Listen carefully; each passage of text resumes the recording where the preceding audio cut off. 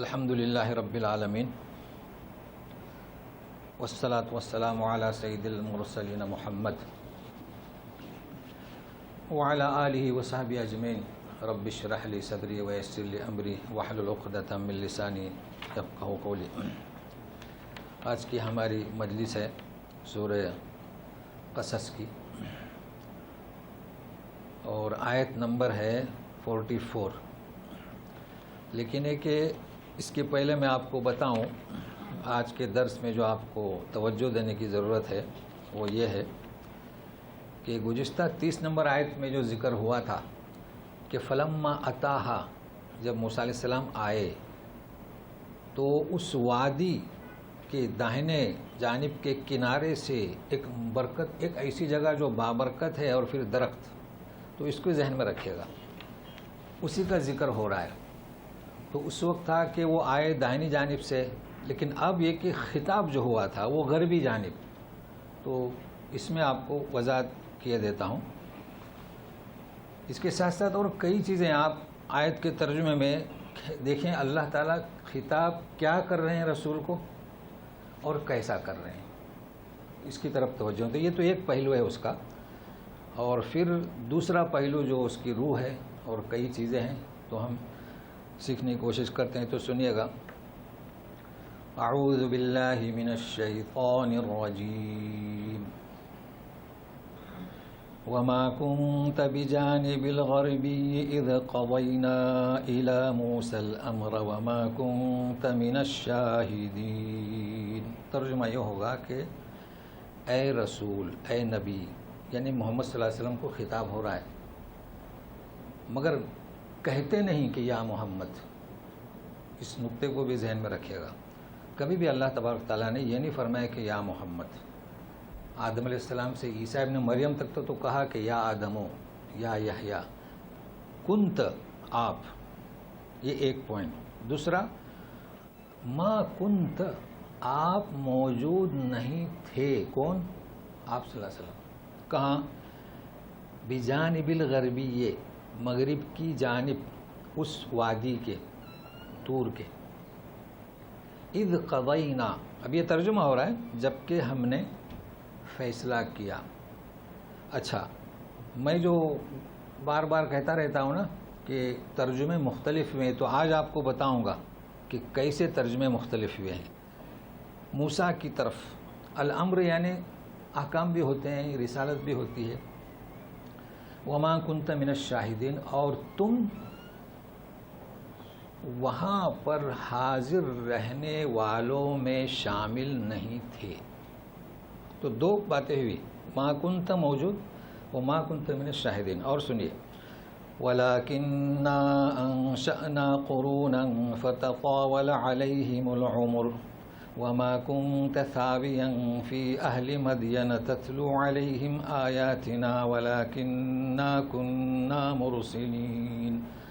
لیکن ہم نے پیدا کیا انسان، قرون کے معنی امتیں بھی، صدیاں بھی، یہاں نسلیں، سیاق سباق کی وجہ سے، تو ان پر مدت گزر گئی۔ اچھا، پھر آیا وہی خطاب، اے محمد صلی اللہ علیہ وسلم، وما کنت ساویا، دیکھو تیسری دفعہ آ رہا ہے، آپ مقیم نہیں تھے۔ ساوین کے معنی کیا؟ مقیم، جیسے ہم جدہ میں مقیم ہیں، آپ مقیم نہیں تھے اہل مدین میں کہ ان کو پڑھ کر سنائے ہماری آیتیں، ولیکن کننا مرسلین۔ اب ترجمہ جو ہے نا، اگر آپ ترجمہ والا قرآن شریف لے کے بیٹھے ہیں تو کسی نے ترجمہ کیا ہے کہ ہم آپ کو پیغمبر پر بنانے والے ہی تھے، ٹھیک ہے۔ کسی نے ترجمہ کیا ہے کہ ہم آپ کو یہ خبریں دینے والے تھے، کیونکہ رسالہ ہم کہتے ہیں میسیج آیا، عربی میں کیا کہیں گے؟ رسالہ۔ تو اس کا کیا مطلب؟ اس وجہ سے میں تاکید دیتا ہوں کہ آپ براہ راست سنیں، اور سارے تراجم میں بتائے دیتا ہوں۔ اور سنیے، 3 دفعہ ہوا ما کنت، آپ موجود نہیں تھے۔ چوتھی دفعہ وما كنت بجانب الطور اذ نادينا ولكن رحمة من ربك لتنذر قوما ما أتاهم من نذير من قبلك لعلهم يتذكرون۔ اور آپ طور کے جانب اس وقت بھی نہیں تھے جب ہم نے ندا دی یا موسیٰ انی انا اللہ، اس وقت بھی نہیں تھے۔ لیکن رحمت ہماری تیرے رب کی، ہم نے یہ ساری خبریں آپ کو بتا دی۔ اب دیکھو جنہوں نے مرسلین کا ترجمہ خبروں سے کیا ہے جی، تاکہ آپ قوم کو ڈرائیں جن کے پاس کوئی نہیں آیا نذیر آپ سے پہلے، تاکہ وہ نصیحت حاصل کریں۔ دیکھیے اس میں پہلی بات جو ہم سمجھیں گے وہ یہ ہے کہ کہہ رہے ہیں کہ آپ موجود نہیں تھے۔ کس وقت؟ ان چار کون کہہ رہا ہے؟ اللہ تبارک تعالیٰ۔ ایک ایسی جگہ جس کی تعریف کی، مقدس جگہ، متبرک جگہ، موجود نہیں تھے۔ اب سنیے، حاتمی، بکری، عثمانی، برہانی، بریلوی، ہم لوگ تو خالی بریلوی کو جانتے ہیں۔ میرا مطلب کیا؟ ابن عربی الحاتمی، ابو الحسن البکری، محمد عثمان برہانی اور رضا خان بریلوی، اس کا کیا ترجمہ کرتے ہوں گے؟ اللہ تعالیٰ فرماتے ہیں آپ موجود نہیں تھے، ہے نا؟ اور ان کے عقائد کیا ہیں؟ کیا نبی کریم صلی اللہ علیہ وسلم کی تخلیق آدم سے پہلے ہوئی ہے نا جی، اور اللہ تعالیٰ فرماتے ہیں کہ آپ موجود نہیں تھے۔ دوسری چیز، ان کے عقائد کیا ہے کہ آپ صلی اللہ علیہ وسلم ہر جگہ حاضر و ناظر ہیں۔ اللہ تعالیٰ فرماتے ہیں کہ اے رسول تو ترجمہ کر رہا ہوں میں، اے محمد، اللہ تعالیٰ تو احترام سے نام لیتے ہیں کہ تم موجود نہیں تھے۔ تو یہ پیغام ہے، اپنوں کو سمجھائیں۔ یہ کیسے ممکن ہو سکتا ہے کہ اللہ تعالیٰ جس بات کی نفی کر رہے ہیں کہ ان جگہوں پر آپ موجود نہیں تھے، اور یہ جو حضرات کہہ رہے ہیں کہ آپ ہر وقت ابھی بھی موجود رہتے ہیں اور تخلیق بھی پہلے ہوئے، جبکہ نبی کریم صلی اللہ علیہ وسلم فرماتے ہیں کہ انا ابن عبد المطلب جی۔ یہ تو ایک پہلو ہوا۔ دوسرا پہلو ادب اور تہذیب ہوتی ہے۔ ہم کسی فرد کو یا فلاں نہیں پکارتے ہیں، آپ تو کیسے جرأت کرتے ہیں کہ یا محمد، کیسے جرأت کرتے ہیں؟ تو احترام ہونا چاہیے۔ اب یہ تو ایک پہلو میں نے بتلایا جس میں معاشرہ مبتلا ہے۔ اب سنیے، یہاں دیکھیے ترتیب تو یہ ہونی چاہیے کہ مدین کا ذکر ہوا، یعنی کس کا؟ شعیب علیہ السلام کا، تو یہ پہلے ہے، بعد میں موسیٰ کو نبوت ملی نا، موسیٰ علیہ السلام کو، تو یہ ترتیب کو ملحوظ نہیں رکھا گیا، چونکہ قصہ کس کا بیان کیا جا رہا ہے؟ موسیٰ علیہ السلام کا، اس لیے اسے مقدم رکھا گیا۔ لیکن مرسلین، دیکھیے مرسلین کے معنی کیا ہوتے ہیں؟ جنہوں نے ترجمہ کیا ہے کہ ہم نے آپ کو پیغمبر بھیجا، وہ بھی ترجمہ صحیح ہے، ہم نے آپ کو پیغمبر بنا کر بھیجا، لیکن یہاں کیا کہا جا رہا ہے کہ یہ خبریں آپ کو ان کا علم نہیں تھا، علم کیا آپ وہاں تھے ہی نہیں، تو ہم تو آپ کو یہ خبریں بھیجنے والے تھے، اور خبریں کسے دی جاتی ہیں؟ نبی کو، اس لیے وہ بھی ترجمہ صحیح ہے۔ لیکن اگر آپ کو گرامر سے سیکھنا ہے تو ہم آپ کو یہ میسیج دینے ہی والے تھے۔ اچھا، اب یہ تو یہ بھی واضح ہو چکا ہے کہ غربی اور داہنا، لیکن یہاں جو خاص لفظ ہے سنیے، وَلَٰكِن رَحْمَةً مِّن رَبِّكَ، یہ کیا چیز ہے؟ رحمتم من ربک۔ پہلے تو نفی ہو گئی، آپ تھے نہیں، اور ہم نے آپ کو یہ خبریں دیں۔ کیوں دی خبریں؟ پہلی بات یہ کہ رحمتم من ربک، رحمت ہے تیرے رب کی جانب سے، اور دوسرا یہ کہ اب نبوت، کہ تاکہ آپ ڈرائیں اس قوم کو جن کے پاس آپ سے پہلے کوئی ڈرانے والا نہیں آیا۔ تو گویا کہ خبروں سے رسالت پر ہم آ رہے ہیں، اب پیغمبر بنایا۔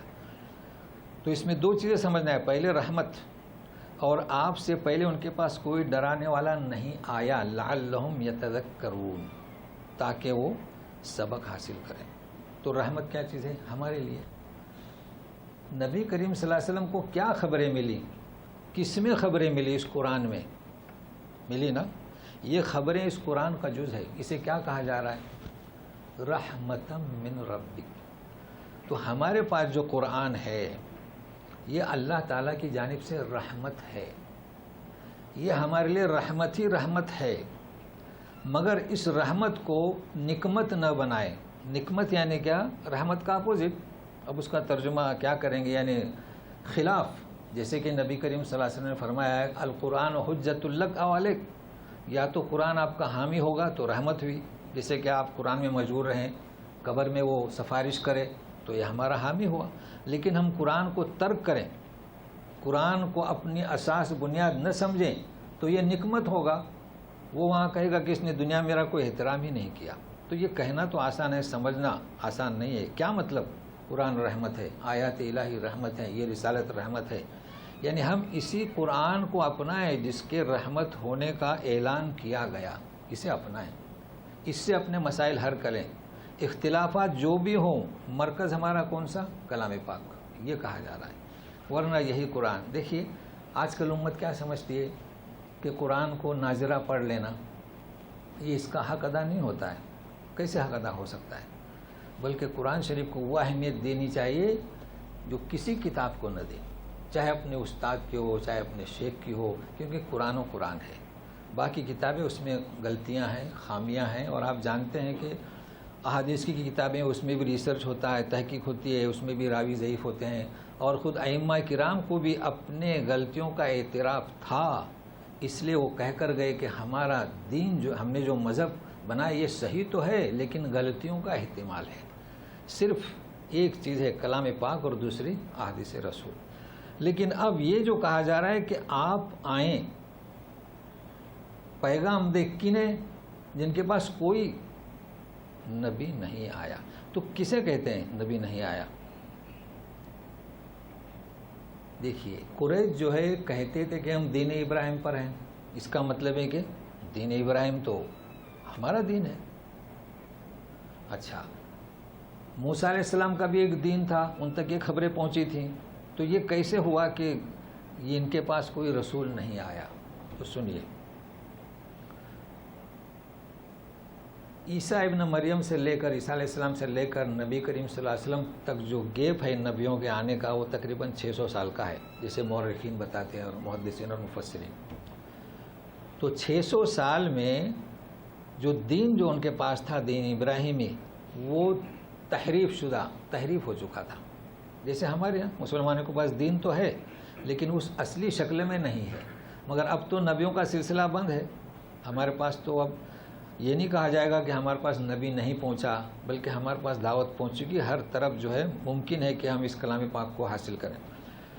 تو جب دین میں خرابی آ جاتی ہے اور ایک زمانہ گزر جاتا ہے تو یوں کہا جاتا ہے کہ اب ان کے پاس کوئی نبی نہیں ہے، جبکہ وہ دعویٰ کرتے تھے۔ تو اب یہ نبی آیا کہ زمانہ ہوا، ان کے پاس کوئی نبی نہیں آیا، آپ انہیں ڈراؤ تاکہ وہ نصیحت حاصل کریں۔ اچھا، نبی جب آتا ہے تو کیوں آتا ہے؟ حجت قائم کرنے کے لیے، کہ جب نبی آیا تو دعوت کو پہنچایا۔ اچھا، اس میں غور طلب بات یہ ہے کہ انبیاء تو آئے لیکن زمانہ گزر گیا، پھر اللہ تعالیٰ نے ایک نبی بھیج دیا۔ کیوں؟ تاکہ حجت قائم ہو جائے۔ تو اس کا ذکر اگلی آیت میں سنیے، وَلَوْلَا أَن تُصِيبَهُم مُّصِيبَةٌ بِمَا قَدَّمَتْ أَيْدِيهِمْ فَيَقُولُوا رَبَّنَا لَوْلَا أَرْسَلْتَ إِلَيْنَا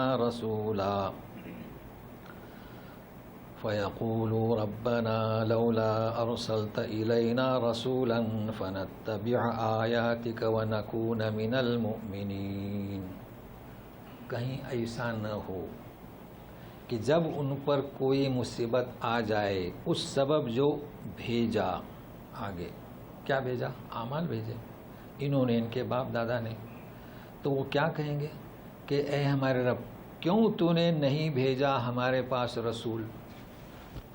تو اس رسول کی ہم پیروی کرتے، فنتبع آیاتک، تیرے احکام کو مانتے، فالو کرتے، اور ہم مؤمنین میں سے ہو جاتے۔ یہ ہے حجت۔ قیامت کے دن ایسا نہ کہہ سکیں، لہذا رسول بھیجے۔ اب دیکھیے ہماری امت کیسی، ہم کیسے ہیں؟ ہمارے لیے اب رسول آنے کی ضرورت نہیں، چونکہ یہ کلام پاک ایسی کتاب ہے کہ ہمیشہ جیسے کہ حقیقت میں ہمارے پاس وہ رسالت اب بھی ہے۔ اس کا مطلب یہ نہیں کہ رسول صلی اللہ علیہ وسلم زندہ ہے، وہ مشن، وہ منصب زندہ ہے، چل رہا ہے۔ تو یہ ہماری پوزیشن اور پچھلی امت کی پوزیشن میں فرق ہے۔ اب کوئی رسول نہیں آئے گا، یہی ہمارے لیے کافی ہے۔ اب ان کی حقیقت کو بیان کیا، یہ تو ایک مضمون ہوا یعنی موسیٰ علیہ السلام کا قصہ بتلا دیا گیا. اب ان کا رد عمل، یہ قریش نے کہا، اب جو خطاب ہوگا قریش کی طرف ہوگا. اب یہاں پر بھی ترجمے میں کافی اختلاف ہوا ہے تو وضاحت کرتے جاؤں گا. فَلَمَّا جَاءَهُمُ الْحَقُّ مِنْ عِنْدِنَا قَالُوا لَوْلَا أُوتِيَ مِثْلَ مَا أُوتِيَ مُوسَى أَوَلَمْ يَكْفُرُوا بِمَا أُوتِيَ مُوسَى مِنْ قَبْلُ قالوا سحران تظاہرا وقالوا انا بکل کافرون. دیکھیے ترجمے میں فرق کیوں ہوا. یہ عربی پرنٹ میں آپ کو قبل کے بعد صاد اور لام اور یا ملے گا، اور جن کے پاس اردو پرنٹ ہے وہاں طا ملے گا. تو فرق ہوا نا ترجمے میں اور معنی میں، بہت فرق ہوا. اچھا اتفاق سے میں نے اس لیے آج کو اختیار کیا کہ آگے بھی آ رہا ہے صفحہ دوسرے پیج پر وصلنا، تو معنی سمجھنے میں آسانی ہوگی. تو اس صلاح کے معنی کیا؟ صاد لام یا. اس کے معنی یہ ہیں کہ ملانا افضل ہے مع جواز وقف کے، یعنی آپ ملائیں لیکن وقف کریں تو یہ جائز ہے. تو ایسی اور جگہ بھی جیم ہوتا ہے، جم کے معنی کیا؟ وقف کرنا جائز ہے. تو اب یہ فرق کیوں آیا؟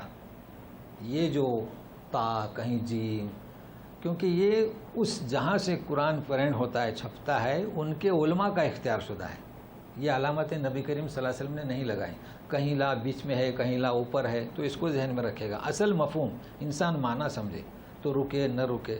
تو اب دیکھیے معنی میں کیا فرق آئے گا. دیکھیے پس جب آیا ان کے پاس حق ہماری جانب سے، تو ہم سے مراد کون؟ اب تو بولے کہ ہمارے پاس اس طرح کیوں نہیں لایا گیا جیسے موسیٰ کو دیا گیا. لولا اوتی مثل ما اوتی موسیٰ. اس کا مطلب یہ ابھی خطاب کس سے ہے؟ یہ قریش سے ہے. جب نبی کریم صلی اللہ علیہ وسلم پہنچے تو وہ کہہ رہے ہیں کہ وہ جو موسیٰ کو دیا گیا تھا وہ کیا دیا گیا تھا؟ 2 نشانیاں تھیں نا، وہ انہیں کیوں نہیں دی گئی؟ یہ انہوں نے اعتراض کیا. تو سنیے اب اللہ تعالیٰ اس کا جواب دیتے ہیں. اولم یکفروا بما اوتی موسیٰ من قبل. موسیٰ کو جو دیا گیا تھا کیا انہوں نے اس کے پہلے کفر نہیں کیا اس کا؟ تو ہمارے یہاں اس کے معنی کیا کیے؟ یہ خطاب کس سے ہو رہا ہے؟ بنی اسرائیل سے، اس لیے تا لگا دیا. جنہوں نے صاد لام لگا دیا وہ کہہ رہے ہیں یہ خطاب قریش سے ہے. دیکھو فرق ہوا نا، تو ملاؤ. اس لیے کہ بنی اسرائیل کا ذکر نہیں ہو رہا ہے. تو اب سوال یہ آتا ہے کہ انہوں نے کیسے انکار کیا موسیٰ کا؟ تو سنیے مطلب ملا دیا. اوتی موسیٰ من قبل قالوا سحران تظاہرا. اب سحران کا ترجمے بھی اختلاف. تو کہا کہ یہ دونوں جادو ہیں. کیا؟ دونوں جادو ہیں. تظاہرا ایک دوسرے کے معاون ہیں، اور ہم تو دونوں کا انکار کرتے ہیں. اچھا دوسروں نے ترجمہ کیا یہ دونوں جادوگر ہیں. تو سحرن کے معنی کیا؟ جادو. سحران کے معنی 2 جادو، اور ساحر کے معنی جادوگر. تو ساحران کے معنی 2 جادوگر. تو جادوگر کون سے؟ اگر بنی اسرائیل کو آپ سمجھ رہے ہیں تو بنی اسرائیل یہ کیوں کہیں گے کہ دونوں جادوگر ہیں موسیٰ اور ہارون علیہ السلام؟ اس لیے کہ خطاب اور لیکچر جو ہوتا تھا تو ہارون کا نہیں بلکہ کس کا؟ موسیٰ علیہ السلام کا. یعنی سمجھ رہے ہیں نا فرق کیوں ترجمے میں ہوتا ہے. خطاب کرتے تھے موسیٰ علیہ السلام، معجزے دکھلائے کس نے؟ موسیٰ علیہ السلام میں. تو وہ تو موسیٰ علیہ السلام کو جادوگر کہتے تھے. تو انہوں نے یہ کہا کہ یہ دونوں جادو ہیں، موسیٰ کی بھی جادو اور محمد کی بھی جادو صلی اللہ علیہ وسلم. اب دونوں جادو کیسے؟ تو سنیے یہ جو قریش ہیں جب مکے میں دعوت کا آغاز ہوا تو انہیں یہودی طعنہ دیتے تھے کہ ہماری کتاب میں لکھا ہے کہ محمد و احمد تشریف لائیں گے. اب انہیں علم تھا اور یہ ان سے پوچھتے تھے، ان کی کتاب پر یقین کرتے تھے، اور جب وہ آ گئے تو انہوں نے انکار کیا. تو تورات کا بھی انکار کیا اور اس کتاب کا بھی انکار کیا. تو اس صورت میں معنی بالکل صحیح ہیں اور اس صورت میں بھی صحیح ہیں. لیکن کیا آپ کو میں فرق بتاؤں یہ فرق کیوں کر ہوتا ہے؟ اس وجہ سے فرق ہوتا ہے. تو اکثر آپ کو ملے گا دونوں جادوگر ہیں، اور کچھ لوگ کہیں گے کہ نہیں دونوں جادو ہیں، تو بولے کہ ہم نے ہر ایک کا کفر کر دیا۔ اچھا تعویل وہ بھی کرتے ہیں اپنا ترجمہ کرنے میں، مگر اس چیز کو آپ یعنی اپنا ذہن جو ہے وسیع رکھیں۔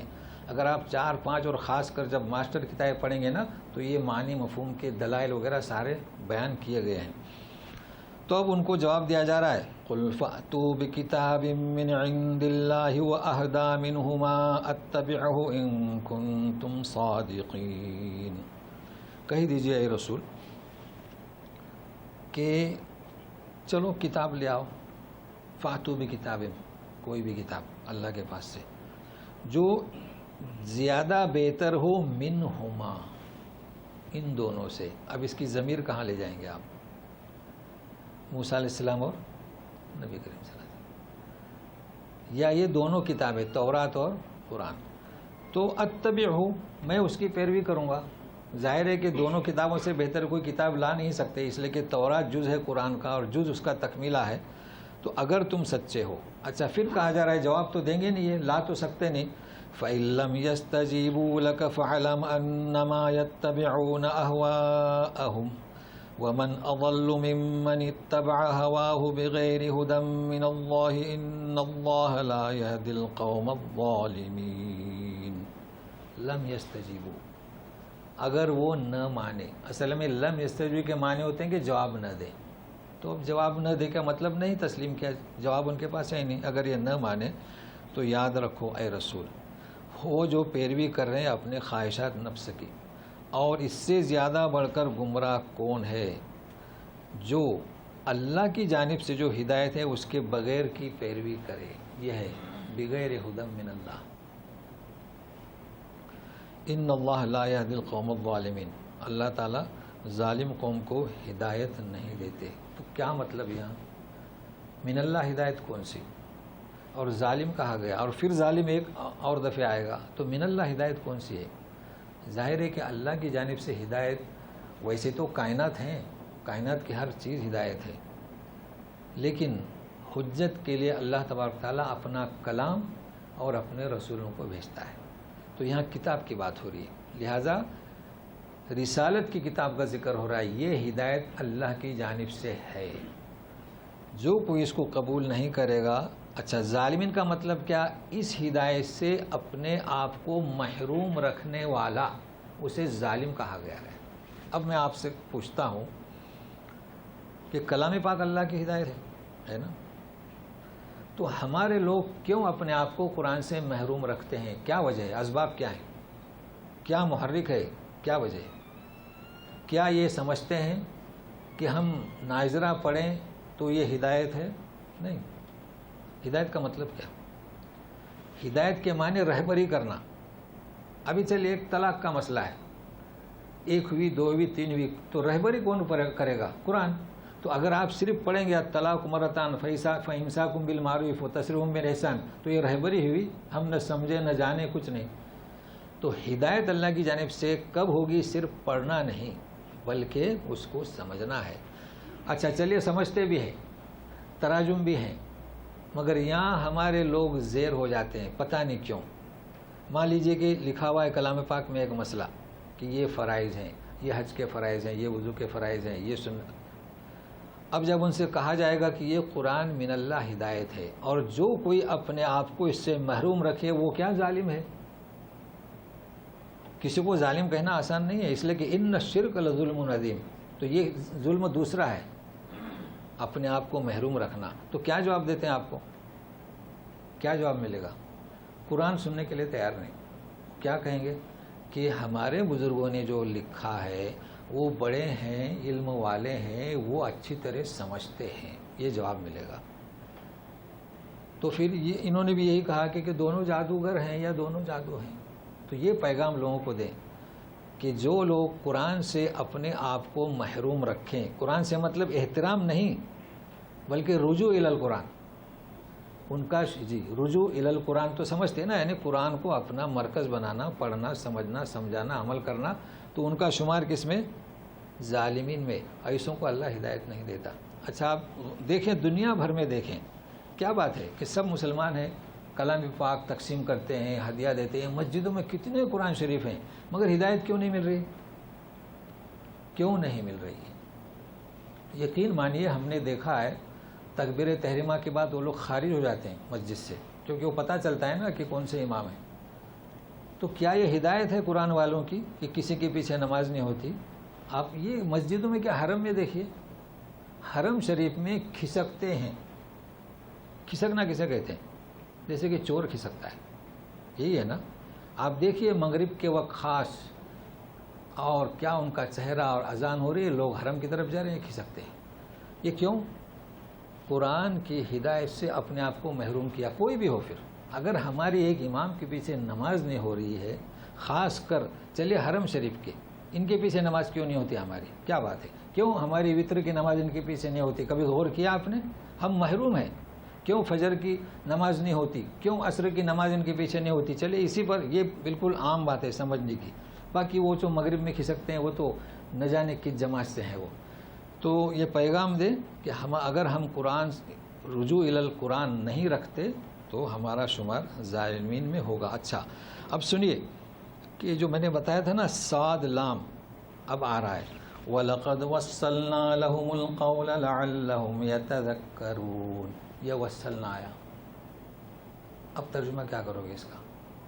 وصلنا یعنی کیا؟ تسلسل، یعنی آپ یہاں رکے نہیں، یہاں پر میں نے بتلایا ملائیں، یہ اور بات ہے کہ ملانا افضل ہے، رکنا جائز ہے، لیکن یہاں وصلنا کے معنی ہم نے وصلنا لہم القول، قول سے مراد کیا؟ ہمارا کلام، ہماری بات، ہمارے احکام۔ وصلنا یعنی پے در پے بھیجے ہم نے انبیاء ہماری بات کو پیش کرنے کے لیے۔ دیکھ کیسے ترجمہ ہو گیا، ہوا نا، اپنے مرکز سے ہٹانے، پے در پے، اور آئے انبیاء پے در پے۔ اب دیکھیے کلام پاک کا اسلوب دیکھیے، آج کل یہود و نصارہ اسلام کے دشمن بنے ہوئے ہیں، مگر ہمارے یہاں بھی جو لوگ کام کر رہے ہیں، ہمارے یہاں ایک اصول ہے کہ ذرا کسی نے غلطی کیا تو اسے جس طریقے سے کیڑے کو نکال پھینکتے ہیں ویسے ہم اس کو اسلام سے خارج کر دیتے ہیں۔ اس اسلوب کو سمجھنے کی کوشش کریں۔ دیکھیے ہم لوگ انسان ہیں، بشر ہیں، وہی ہم پر نہیں آتی۔ جو اچھے کلمات ہیں اسے قبول کریں، البتہ جو چیزیں ہمیں یعنی اس کو مشکوک لگتی ہیں تو کلام پاک ہمارے سامنے، تو سنیے بھی اللہ تعالیٰ کیا فرماتے ہیں۔ الذین آتیناہم الکتاب من قبلہ ہم بہ یؤمنون، جنہیں ہم نے پہلے کتاب دی، پہلے یعنی کیا؟ اس کتاب سے پہلے۔ وہ کون اہل کتاب؟ وہ کون؟ یہود و نصارہ۔ تعریف ہو رہی ہے ان کی، ہم بہ یؤمنون، اس قرآن پر وہ یقین رکھتے ہیں، اس نبی پر یقین رکھتے ہیں۔ تو قریش نے انکار کیا، لیکن یہود میں سے کچھ نے یقین رکھا۔ کیا کہا انہوں نے؟ وَإِذَا يُتْلَى عَلَيْهِمْ قَالُوا آمَنَّا بِهِ إِنَّهُ الْحَقُّ مِنْ رَبِّنَا إِنَّا كُنَّا مِنْ قَبْلِهِ مُسْلِمِينَ۔ انہوں نے جب آیتیں انہیں پڑھ کر سنائی گئیں تو کیا بولے اہل کتاب یہود و نصارہ؟ آمنا بھی، ایمان لیا ہم اس پر، یہ حق ہے ہمارے رب کی جانب سے، اور ہم تو پہلے ہی اس مسلمان تھے۔ ملک سبا نے بھی کہا تھا پہلے سے ہم ان تو مسلمین ہے نا، لیکن فرق ہے ملک سبا کے کہنے میں اور یہ یہود و نصارہ کے کہنے میں۔ فرق کیا ہے کہ کتاب میں یہ پڑھتے تھے کہ محمد و احمد آنے والے ہیں، وہ آخری نبی ہوں گے، تو جب یہ اتری کتاب جب نبی کریم صلی اللہ علیہ وسلم نے تلاوت کرنا شروع کر دی، بتلانا، تو انہوں نے کہا کہ یہ وہی ہے، یہ وہی ہے۔ اور آج کل ہمارے یہاں بھی کہتے ہیں وید میں یہی ہے، وید نامی کتاب ہے نا ہمارے یہاں، یہی ہے، اس میں بھی یہی ہے۔ تو آج کل جو غیر جو ایمان لا رہے ہیں وہ وید کا مطالعے کے بعد لا رہے ہیں، وہ دیکھتے ہیں کہ یہی ہے اس میں۔ تو یہاں سلسلہ چل رہا تھا کہ انہ الحق من ربنا، یہ کلام پاک جو آیا ہے ہمارے رب کی جانب سے آیا ہے، جس رب نے پہلی ہماری کتاب میں جس نے یہ کلام تحریر کیا ہے وہی ہے۔ اس لیے اچھا پہلے سے وہ تو مسلمان تھے، اس لیے کہ وہ انتظار کر رہے تھے، جیسے کہ یہود و نصارہ، بلکہ وہ فخریہ طور پر کہتے تھے قریش سے کہ ہم ان کے واسطے سے تو اگر جنگ ہوئی تو ان کے واسطے سے جنگ کریں گے، تمہیں شکست دیں گے، اور جب وہ آئیں گے تو ان کے ساتھ مل کر تم سے جنگ کریں گے۔ تو مومن تو تھے ہی، اب جب یہ آیا تو ہم تو ایمان لے۔ اچھا، ملک سبا جو ہے اس کی جو ذکاوت تھی اور اس کا جو تجربہ تھا، اس بنیاد پر وہ پہلے سے کیا ہے سپرد کر چکی تھی، یعنی معترف تھی کہ اس نے دیکھی کہ خط آیا ہے، خط کے الفاظ، اور پھر جب ہدایہ جب واپس آئے تو اس نے کہا کہ میں تو پہلے سے آپ کا اعتراف کر چکی تھی، لیکن پھر بھی یہی کہ سلیمان علیہ السلام کے ساتھ میں ایمان لائے۔ اب ان لوگوں کا اجر دیکھیے اور پھر ہمارا اجر دیکھیے، بس اس کو ذرا غور سے سنیں اس آیت کو۔ اولئک یؤتون اجرهم مرتین بما صبروا ویدرؤون بالحسنۃ السیئۃ ومما رزقناہم ينفقون۔ یہی لوگ ہیں جنہیں دوہرا اجر دیا جائے گا۔ دیکھیے اجرهم مرتین، لیکن کیوں؟ بما صبروا، ایک چیز ان کے صبر کی وجہ سے۔ دوسرا سنیے، وَيَدْرَؤُونَ بِالْحَسَنَةِ السَّيِّئَةِ، دفاع کرتے ہیں نیکی سے برائی کا۔ تیسری چیز، اور جو کچھ ہم انہیں دیتے ہیں اس میں سے خرچ کرتے ہیں۔ سب سے پہلی بات ہے کہ دوہرا اجر کیوں؟ دوہرا اجر اس لیے کہ جب نبی کریم صلی اللہ علیہ وسلم کی آمد ہوئی تو انہوں نے دوہرا اجر، کیونکہ ان کی ایک پوزیشن تھی، لوگ ان کی طرف رجوع کرتے تھے، ان سے پوچھتے تھے، قریش بھی ان سے پوچھتے تھے، تو انہوں نے اپنے اس چیز کو قربان کر دیا کہ ہماری یہ سیادت اور یہ قیادت، اس پر ضد نہیں کی بلکہ رسالت کو تسلیم کیا۔ اچھا، تسلیم کرنے کے بعد سیادت قیادت کہاں تبدیل ہوئی؟ نبی کریم صلی اللہ علیہ وسلم کی طرف۔ بتائے دوہرا اجر ملے گا کہ نہیں ملے گا؟ آج کل ہمارے یہاں جو سرفٹولی ہو رہی ہے نا جماعتوں میں، یہ اسی سیادت قیادت کے لیے۔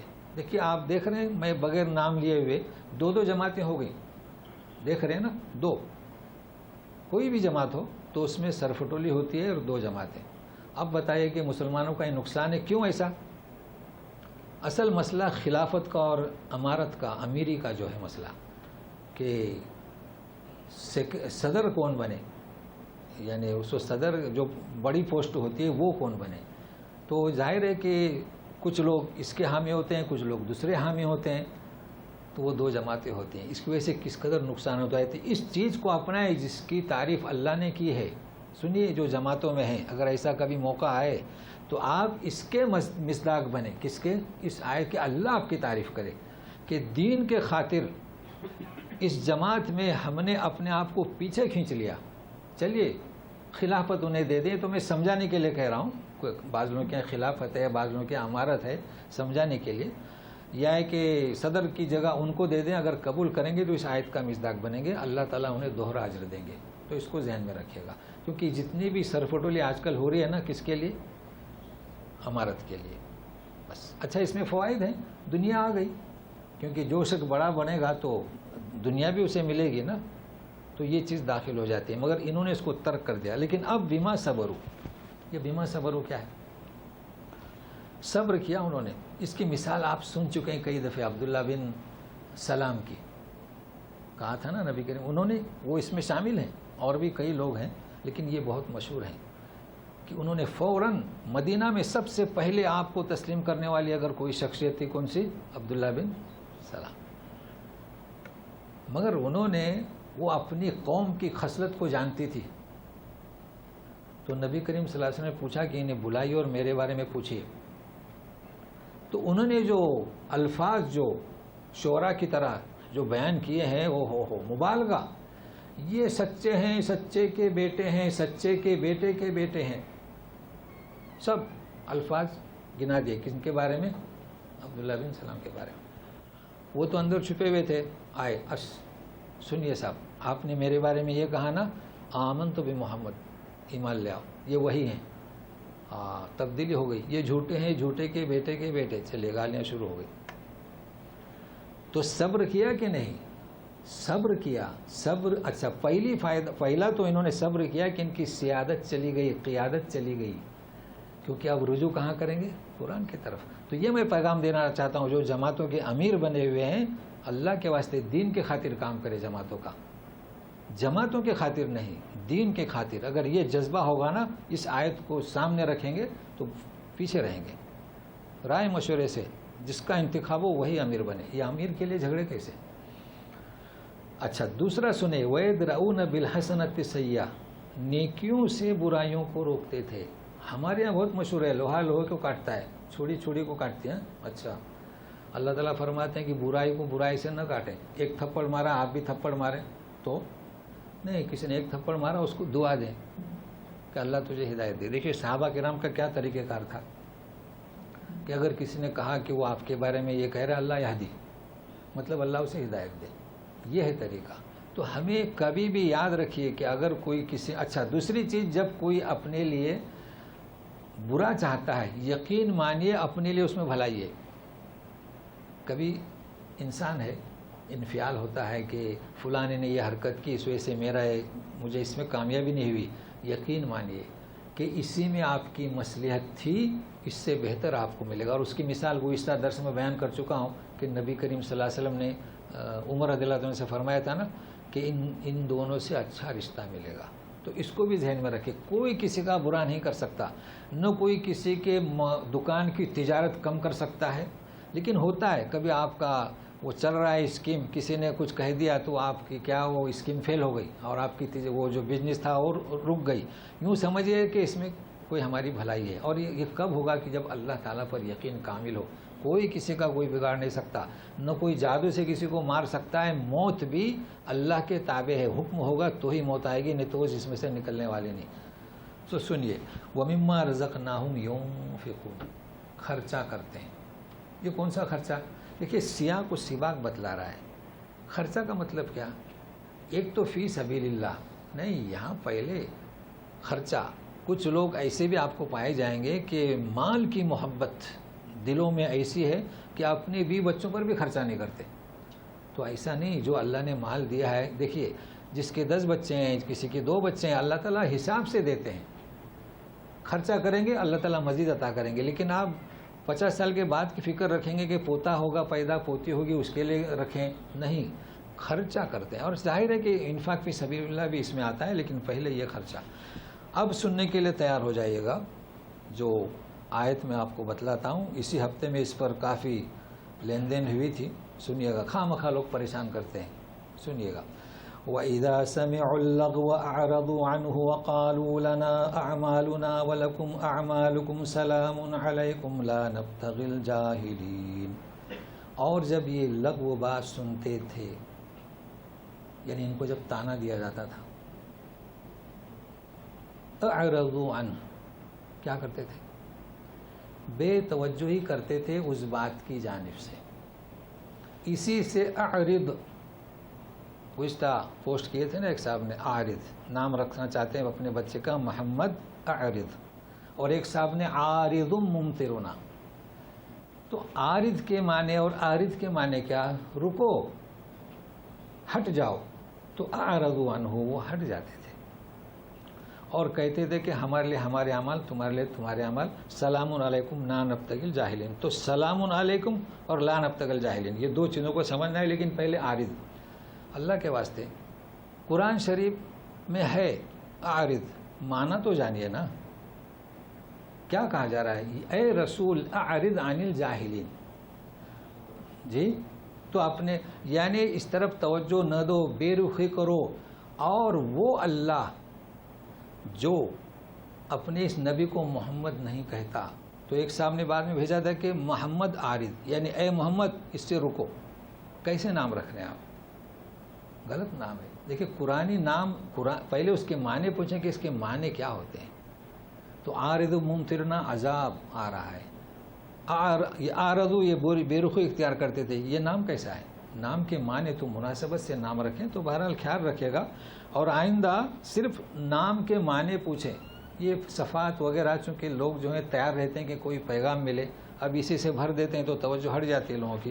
لیکن اب سنیے، سلام علیکم کا کیا مطلب؟ جب کوئی تانا دے رہا ہے تو اسے آپ برکت کی دعا دے رہے ہیں. سلام علیکم کا یہ مطلب نہیں ہے. دیکھیے ہمارے یہاں بھی دستور ہے، ہم شروع میں السلام علیکم فلاں بن فلاں اور آخر میں لکھتے ہیں والسلام. تو والسلام کے معنی کیا؟ اینڈ، خلاص، اختتام. تو مطلب یہ کیا، السلام علیکم، یعنی ہم تم سے ہٹ جاتے ہیں، یہ مراد ہے ان کا۔ جب لوگ تانا دے رہے ہیں جی، یعنی ہم آپ کی طرف توجہ نہیں دیں، آپ کا معاملہ ہم نکل رہے ہیں، اس میں الجھتے نہیں۔ اچھا، لا نبتغی الجاہلین، اس کے بھی کئی ترجمے کیے ہیں۔ ایک ترجمہ بہت بہتر ہے کہ وہ جاہلوں کے ساتھ الجھتے نہیں۔ ابھی کس نے کیا ہے پتہ نہیں، بہرحال آپ کو مختلف ترجمے ملیں گے۔ ظاہر ہے کہ الجھنا کیا، ایسے لوگوں سے دیکھیے، پھر میں پیغام دے رہا ہوں، آپ ترجمے جمع کریں، کوئی تو ترجمہ آپ کو جچے گا اسے لے لیں۔ آپ یہ نہ سوچیں کہ یہ فلانی جماعت کا ہے یا فلانا کا ہے، نہیں، جو ترجمہ آپ کو جچ جائے اسے اختیار کریں۔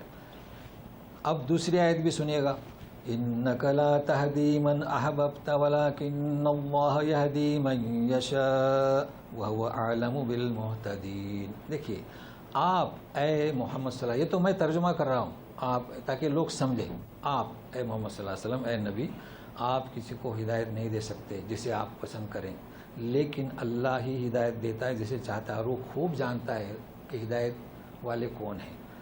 دیکھیے اس آیت کا شان نزول بخاری جو ہے نا، اس میں ایک باب ہے کتاب التفسیر۔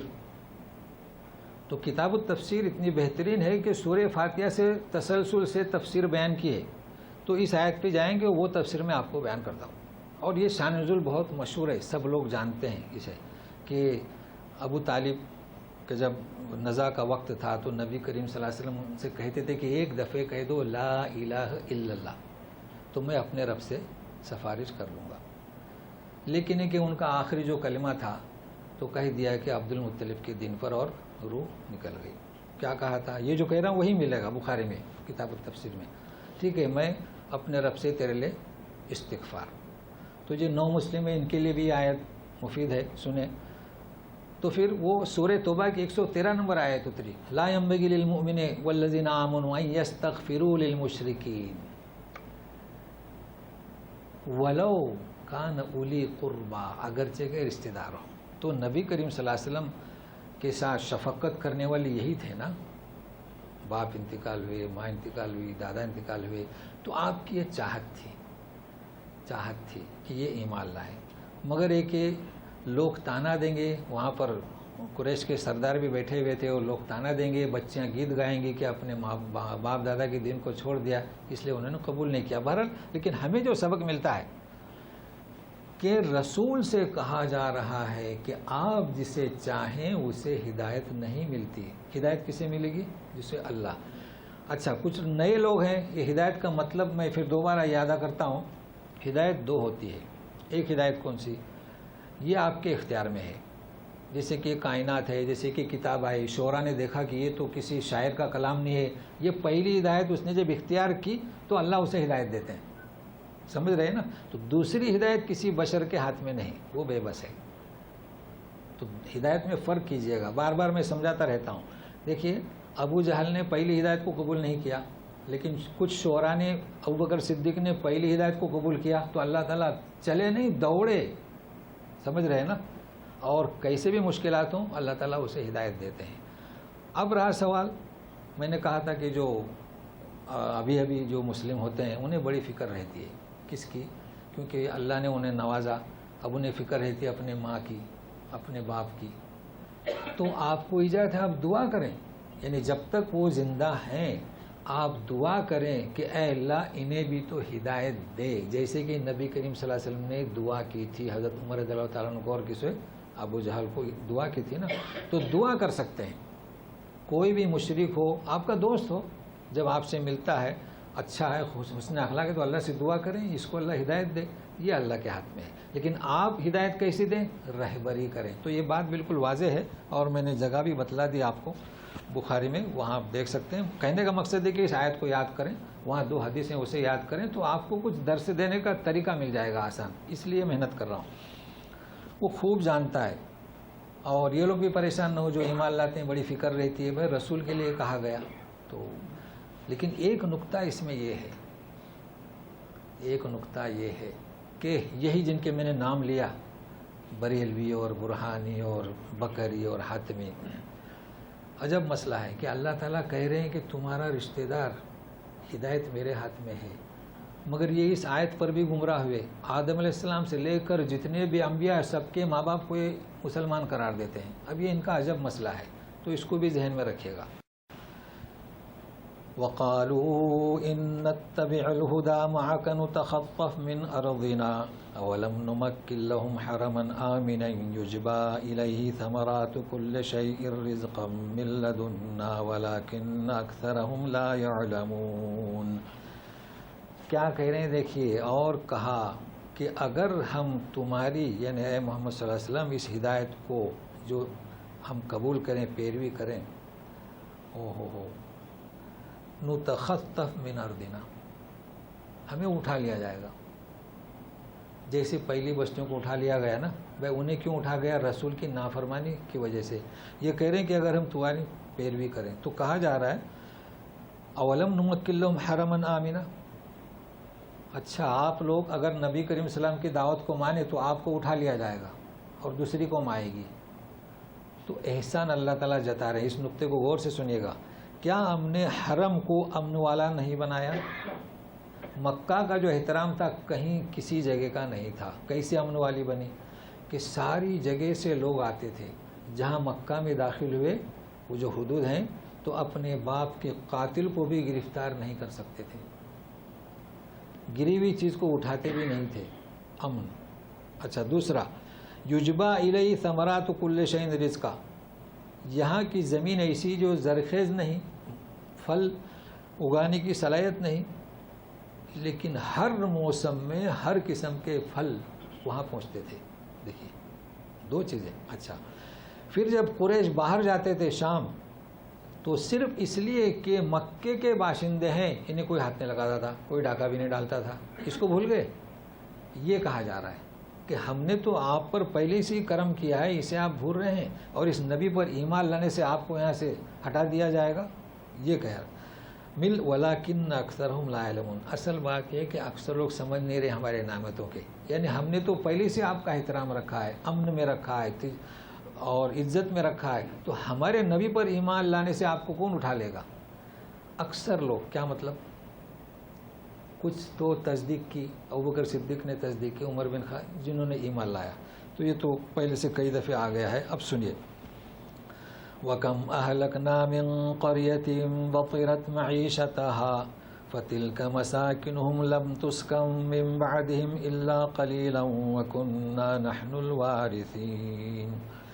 کتنی بستیاں ایسی ہیں، بطیرت یہ پہلی دفعہ آیا ہے، استعمال نہیں ہوتا ہے، جنہیں ناز تھا معیشتہا، اپنی خوشحالی پر. ان کی جو معیشت تھی نا جیسے ان کی ہے، پہلے قومیں گزری ہیں بڑی بڑی عاد اور سمود کی، تو انہیں ناز تھا، مگر رسول کی نافرمانی کرنے کی بنا پر انہیں ہٹا دیا گیا، جس کا آپ کو خوف ہے.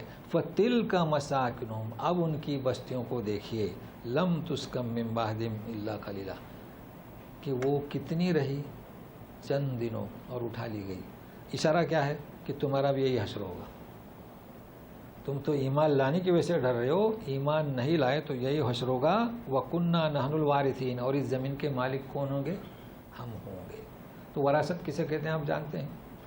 کہ وراثت جس کا حق ہے، جیسے کہ باپ کی وراثت بیٹے کا حق ہے، بیٹی کا حق ہے، تو یہ جو زمین ہے یہ ہمارا حق ہے، ہم کسی اور قوم کو لے آئیں گے. تو یہ دھمکی دی جا رہی تھی، آخرکار وہی ہوا.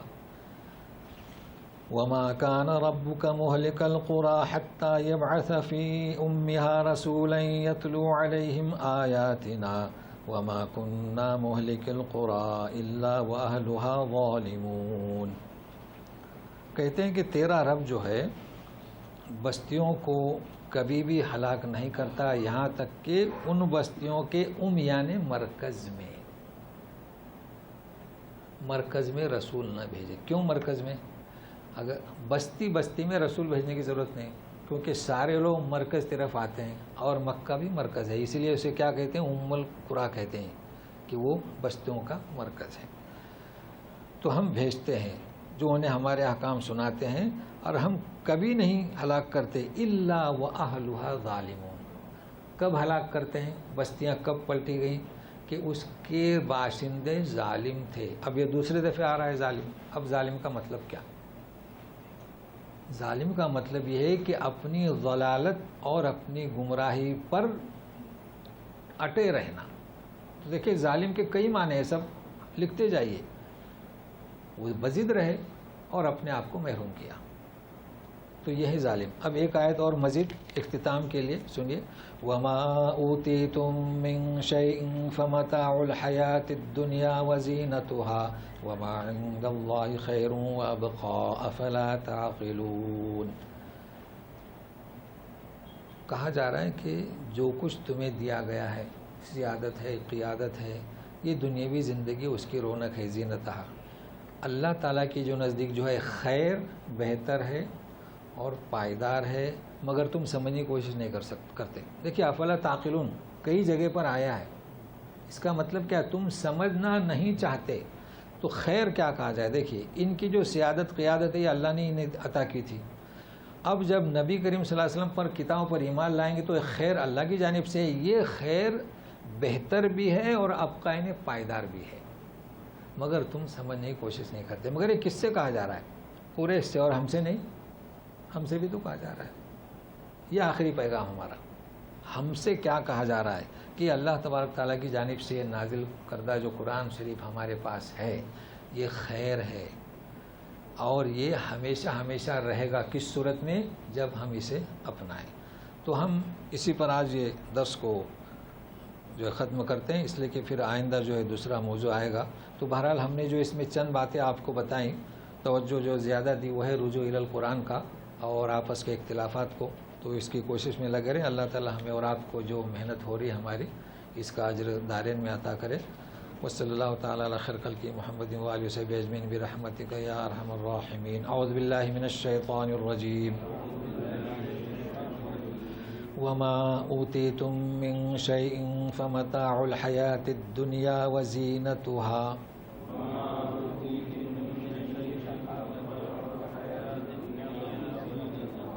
وما عند اللہ خیر وابقا افلا تعقلون. سبحانک اللہم و بحمدک اشہد ان لا الہ الا انت استغفرک و اتوب الیک. چلیے کوئی سوال ہو تو.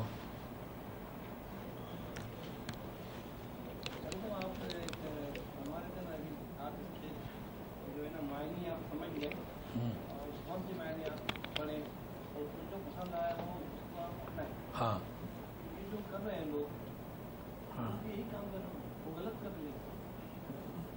ہاں مطلب وہ تھوڑی وضاحت اس میں ہونی چاہیے تھی. ان کا سوال ہے کہ میں نے جو کہا کہ جو آپ کو جچے، مطلب ہے کہ گرامر کے حساب سے یہ میرا مقصد تھا. اب جیسے کہ میں دیکھتا ہوں نا تو جو فوراً جلدی سمجھ میں آ جائے اس کو لے لیں. مطلب ہاں وہ مراد نہیں. انہوں نے اچھے نشاندہی کی. مطلب وہ میری مراد نہیں ہے. وہ میری مراد آپ جانتے ہیں. میری مراد یہ ہے کہ آپ گرامر دیکھیں اور جو پیغام جو ہے ہمارا، جیسے میں نے کہا کہ ان سے الجھو مت، تو یہ بہت جلدی سمجھ میں آتا ہے. اور ان کا مقصد کیا ہے؟ کچھ لوگ کیا کرتے ہیں اپنے مسلک کی طرف کھینچتے ہیں. وہ نہیں، وہ تو بالکل چیز واضح ہے. جیسے کہ اپنا جو مذہب چل رہے ہیں نا تو لوگ آیتوں کو اپنے مذہب کی طرف کھینچتے ہیں. یہ مراد نہیں ہے اس سے. اس کو ذہن میں رکھیں. اچھا ہوا، کیونکہ ایسا ہے نا، دیکھیے کچھ باتیں ایسی ہیں کہ لوگ جب قرآن کے دو مفہوم لیتے ہیں آیت سے تو بہت اچھا واضح کی. میرا مقصد ہے کہ گرامر کے تحت اور ترجمہ اچھا سمجھ میں آ جائے لوگوں کے فوراً، تو اس کو اختیار کریں. تو میرا مقصد کیا تھا کہ ان تفاسیر سے ہم نفرت نہ رکھیں. یہ میرا مقصد ہے. کیونکہ آج کل کیا ہے، جو یہاں تفسیریں چھپی ہیں یہ فلاں کی ہے، نہیں پڑھتے. تو اس وجہ سے یہ نہیں، آپ اسے بھی دیکھیں. یہاں تک کہ جو رضا خان کی بھی تفسیر ہے اسے بھی دیکھیں وہ کیا کہتے ہیں، تو دیکھیں نا. لیکن اس کے لیے علم کی ضرورت ہے. عام آدمی تو اس کے لیے تو بہتر ہے کہ ہاں اصل بات یہ ہے. لیکن ہاں لیکن چونکہ لیکن میں اس لیے کہتا ہوں کہ مجھے تجربہ ہے کہ جتنے بھی لوگ ہیں ان کے پاس ایک ایک ہی تفسیر ہے اور اسی کو وہ آخری تفسیر سمجھ رہے ہیں. میرا یہ مراد ہے. لیکن اچھا ہوا آپ نے وضاحت کی، چونکہ یوٹیوب میں بھی سن رہے ہیں. ہاں تو ایسا نہ کریں. میرا مقصد یہ کہ جو ایک ایک تفسیر پر کفایت نہیں، اسی تفسیر پر، جیسے میں آپ کو بتاتا ہوں، ایک تصویر میں لکھا ہے وَآتَ الْمَالَ عَلَى حُبِّهِ، تو ایک صاحب نے ترجمہ کیا ہے کہ مال کی محبت پر وہ خرچ دیتے ہیں. مال کی محبت ہونے کے بنا پر بھی لوگوں کو خرچے دیتے ہیں. ایک صاحب نے ترجمہ کیا کہ اللہ کی محبت پر مال دیتے ہیں. دونوں ترجمے صحیح ہیں. ضمیر اب جن کے پاس اللہ کا ذکر ہے وہ یہ سمجھتے ہیں کہ یہ ترجمہ غلط کر رہے ہیں. سمجھ رہے ہیں نا. کبھی کبھی تو مجلس میں ٹونک دیتے ہیں، کیونکہ مجلس میں جو آج کل جو دروس دے رہے ہیں وہ اتنے مکمل نہیں رہتے نا تو وہاں پر وہ چلتا ہی رہتا ہے، سوال کرتے ہیں آپ یہ غلط کیا، آپ نے ترجمہ غلط کیا، آپ دیکھیں گے دوسرے دروس میں.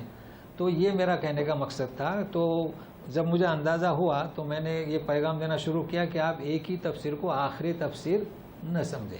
اور ہمارے استاد نے ترجمہ کیا یہی بہتر، ایسا نہیں کوئی دوسرا لے لیں، اگر انہوں نے اچھا کیا ہے تو اسے لے لیں.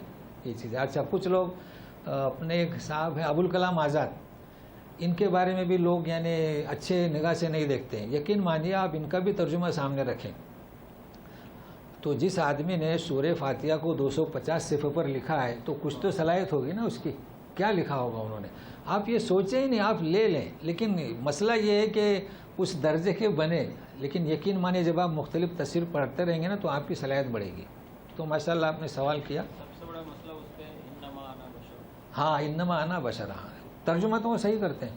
نہیں وہ کہتا ہے کہ ہاں جی جی ماں مطلب ہاں، وہ اصل میں کیا ہے دیکھو، ان کے معنی یقیناً، ماں کے معنی نہیں، اور بشر کے معنی بشر، میں بشر نہیں. لیکن جہاں ان نما ایک ساتھ آئے تو اس کے معنی میں اور نہیں کے نہیں ہوتے، محض. دیکھیے کتنا فرق ہو گیا نا. جہاں ان اور ماں ایک ساتھ آیا تو اس کے معنی ہوتے ہیں ہاں محض، یعنی صرف وہی، میں محض بشر ہوں، میں صرف بشر ہوں. تو کاٹ کے الگ کرتے ہیں. ہاں تو وہ اب اس کے لیے اس کو وہ کیا وہ گرامر چاہے نا تھوڑی بہت. تفسیر کا پھر وہی ہو جاتا ہے. ہاں لیکن تبھی لکھا ہوا اصل میں ہم لوگ اتنا پیچھے کیوں ہے، کیوں نہیں پڑھتے ہیں؟ سوال یہ آتا ہے نا. اب جیسے یہاں بیٹھے ہیں، آج زمانے سے بیٹھے ہیں، وہ لوگ تو سمجھتے ہیں نا اسی کے ساتھ. ہاں تو وہ انہوں نے ہاں تو وہ کیوں ایسا کیا؟ چونکہ لوگوں نے پوچھا نا، چونکہ وہ گرامر پڑھے ہوئے تھے، سمجھ رہے ہیں نا. تو انہوں نے یوں کہا کہ بظاہر میں بشر نہیں. چلیے یہ تو کیا، میں آپ کو ایک اور بات بتاتا ہوں. ایک مجلس تھی اور بیان ہو رہا تھا، اور انہوں نے کہا کہ یہ جو ہے یعنی جو علماء حق ہیں ان کا نام لے کر کہا کہ یہ جو ہیں وہ کافر ہیں. تو ایک صاحب مجلس میں سے اٹھے کہ حضرت آپ جس بنیاد پر ان کو کہہ رہے ہیں کافر، جیسے انہوں نے لکھا نا بظاہر، تو بات کچھ گول مول کر دی نا. بولے اس بنیاد پر تو یہ کافر نہیں، آپ جو کہہ رہے ہیں وہ غلط کہہ رہے ہیں. تو بولے دلیل کیا؟ تو بولے میرے پاس تفسیر ہے. مگر وہ تھوڑے نارمل تھے. کہا ٹھیک ہے آپ تفسیر لے آئیے، چونکہ وہ تسلسل سے ان کے دروس ہو رہے تھے. تو انہوں نے ان حضرات کی چند کتابیں لا کر ان کو دے دی کہ دیکھیے آپ نے جو بات کہی اس بنیاد پر تو یہ کافر نہیں. تو انہوں نے اس کو پڑھا، دیکھا کہ یہ تو اولی ہیں، کیونکہ یہ بات ان میں ہے ہی نہیں. تو انہوں نے اعلان کیا کہ میری معلومات نامکمل تھی، بلکہ ان کو کافر کہنا کفر ہے. ہوا، انہیں کافر کہنا کفر ہے. اور میں آج اعلان کرتا ہوں تاکہ اللہ کے یہاں میری برات ہو جائے کہ یہ کافر نہیں، یہ اولیاء ہیں. اب کیا ہوا؟ ان کو ہی کافر قرار دیا، جماعت والوں نے نکال دیا. کتاب دھماکہ ملتی ہے اردو میں. تو یہ حالت ہے. بہرحال چلیے اور کچھ. تو یہی میں تو زور اسی لیے دے رہا ہوں کہ یہ جماعت والے تھوڑے نارمل ہو جائیں بس، اور ملیں ایک دوسرے سے، تو انشاءاللہ مسائل حل ہوں گے. اور کہیے کچھ. تو آتے رہیے انشاءاللہ آئندہ بھی. اور 3 کلام.